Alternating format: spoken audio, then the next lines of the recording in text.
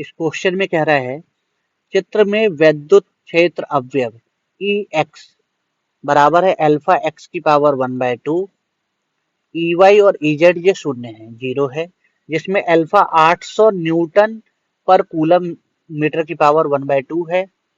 हमें बताना है घन से गुजरने वाला फ्लक्स और घन के भीतर आवेश परिकलित करना है, ठीक है ना। ए की वैल्यू 0.1 मीटर दी गई है, ठीक।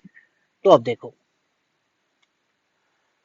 सबसे पहले अगर मैं ई एक्स की बात करूं तो अल्फा की वैल्यू रख के बात करते 800 रूट एक्स, 800 रूट एक्स, ठीक है। और ए बराबर कितना है 0.8, तो इसका क्षेत्रफल कितना हो जाएगा ए स्क्वायर, अरे वेक्टर काहे लगाए हुए, क्षेत्रफल कितना हो जाएगा ए स्क्वायर मतलब 0.01 मीटर स्क्वायर। देखो जगह नहीं होती इतनी, इस वजह से मैं डायरेक्ट करता हूँ, ठीक ना। मैं लिखने को मैं भी हिंदी में लिख सकता हूँ बहुत कुछ, लेकिन हिंदी लिखना थोड़ा बहुत भूल गया हूँ, परेशानी होती है। लेकिन कोई नहीं, जैसे जैसे मैं बोलता हूँ तो कुछ हमें समझा के लिखना पड़ता है, ठीक है। तो इसका क्षेत्रफल कितना हो गया, एक पृष्ठ का क्षेत्रफल हो गया 0.01 मीटर स्क्वायर, ठीक। अब देखो, अब विद्युत क्षेत्र का सिर्फ एक ही अवयव है जो एक्स डायरेक्शन में है, वो बचा हुआ है। तो यहाँ पे एक विद्युत क्षेत्र ये वाली है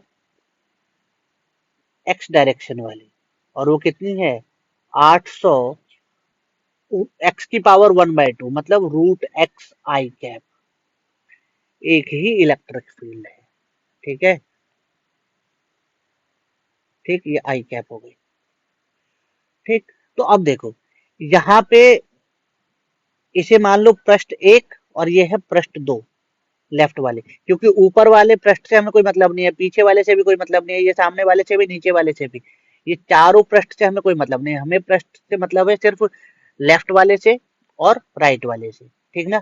अब देखो यहाँ पे विद्युत क्षेत्र की दिशा है राइट में, इस विद्युत क्षेत्र को हम मान लेते E1, और इसका क्षेत्रफल वेक्टर जो है वो है बाहर की तरफ। देखो बंद पृष्ठ में क्षेत्रफल वेक्टर हमेशा बाहर की तरफ ही होती है, तो ये इसकी क्षेत्रफल वेक्टर हो गई। तो यहाँ पे एंगल कितना हो गया विद्युत क्षेत्र और क्षेत्रफल वेक्टर के बीच में 180, ठीक है।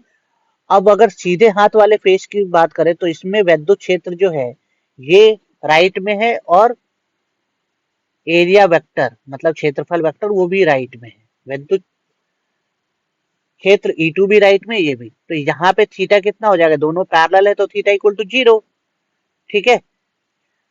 तो हमें इन दोनों पृष्ठ से निकलने वाला कुल विद्युत फ्लक्स निकालना है, क्योंकि ये बाकी बचे हुए चार पृष्ठ से कोई फ्लक्स नहीं निकलेगी, ठीक है।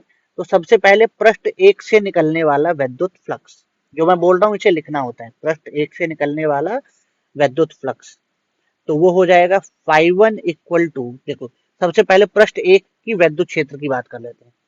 पृष्ठ 1 पे विद्युत क्षेत्र, तो पृष्ठ 1 यहाँ से a दूरी पे है, ठीक ना। यहाँ पे जो विद्युत क्षेत्र है वो दूरी के साथ बदल रहा है, एक्स पे डिपेंड कर रहा है, ठीक ना। तो वेरिएबल इलेक्ट्रिक फील्ड है, तो ए डिस्टेंस पे एक्स की जगह ए रख दो, तो पृष्ठ 1 पे इलेक्ट्रिक फील्ड, तो एक्स इक्वल टू ए आ रहा है यहाँ पे, ठीक है। तो एक्स इक्वल टू ए रख दो, यहाँ पे ए क्यों रखोगे, वैल्यू ही रख देते 0.1, एक्स इक्वल टू 0.1 रखने पे। तो E1 कितना हो गया 800 0.1, ठीक है, 800 रूट 0.1। अब पृष्ठ 1 से निकलने वाला विद्युत फ्लक्स φ1 इक्वल टू क्या हो जाएगा E1 a cos 180, तो φ1 इक्वल टू E1 कितना है 800, x की वैल्यू 0.1 है मतलब E1 रख दिया, और क्षेत्रफल कितना हो गया 0.01 गुणे cos 180 -1, ठीक है।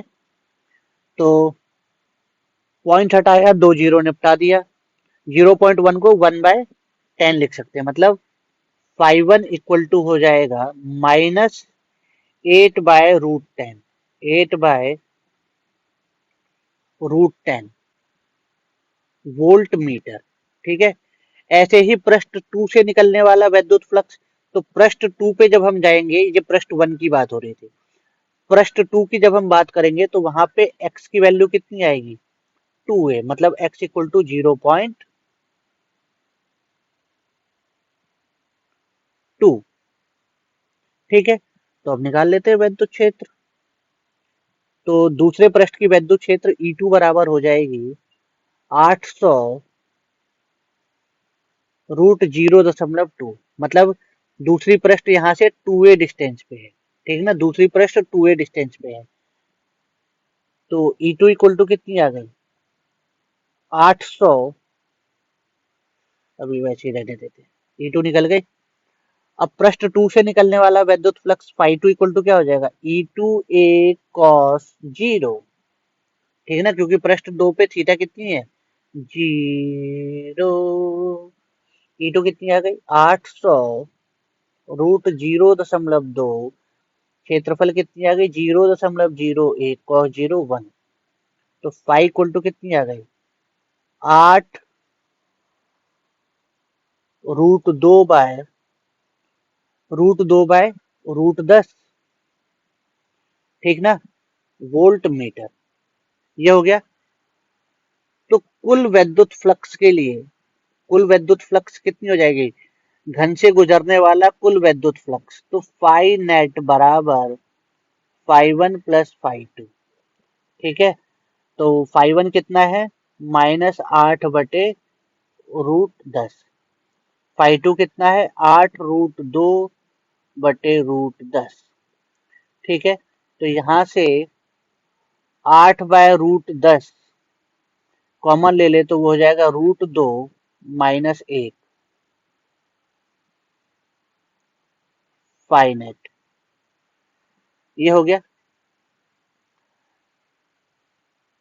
अब आप चाहो तो इसे सॉल्व कर लो, नहीं तो ऐसे छोड़ दो, ठीक ना। √10 की वैल्यू 3.16 हो जाती है, ठीक है ना, लगभग पाई के बराबर। तो पाई होते 3.14, ये 3.16 हो जाएगी। और √2 की वैल्यू तो जानते ही हो, तो सॉल्व कर लेना, चलो छोड़ो, ऐसे भी छोड़ दोगे तो कोई दिक्कत नहीं, आंसर है, ठीक है। दूसरा, हमें घन के भीतर आवेश कितना है वो हमें बताना है, तो बहुत ही आसान, very simple. Phi net equal to क्या होता है, गॉस की प्रमेय से Q बाय एप्सिलॉन नॉट। तो Q बराबर phi net into epsilon naught. तो Q बराबर फाई नेट कितना हो गया, फाई नेट हो गया 8/√10 √2 - 1, और एप्सिलॉन नॉट कितना होता है, 8.85 गुणे 10 की पावर -12, ठीक है, क्लियर। तो 8 गुणे 8.85, ये हो जाता है 70.8, ठीक है ना, 70.8, कितना हो गया, 70.8। और √10 की वैल्यू क्या होती है, 3.16, 3.16, और √2 की 1.414 -1 गुणे 10 की पावर -12। तो इसे पूरे को सॉल्व कर लेते हैं तो कितना हो जाएगा, 70.8 डिवाइडेड बाय 3.16 गुणे 0.414, तो ये आ गया 9.27 गुणे 10 की पावर -12 कूलम। तो 10 की पावर -12 को हम लिखते हैं पी को, तो ये हो जाएगा 9.27 पी को कूलम। क्लियर, क्लियर है। तो यहाँ पे वैद्युत क्षेत्र जो है वो वेरिएबल है, तो इसलिए x की वैल्यू हम वैसे पुट करेंगे, जितनी दूरी पे पृष्ठ होगा उतनी ही वो पुट कर देंगे, ठीक। तो घन के भीतर आवेश ये आ गई 9.27 पीको कूलम, और ये कुल फ्लक्स आ गई। क्लियर।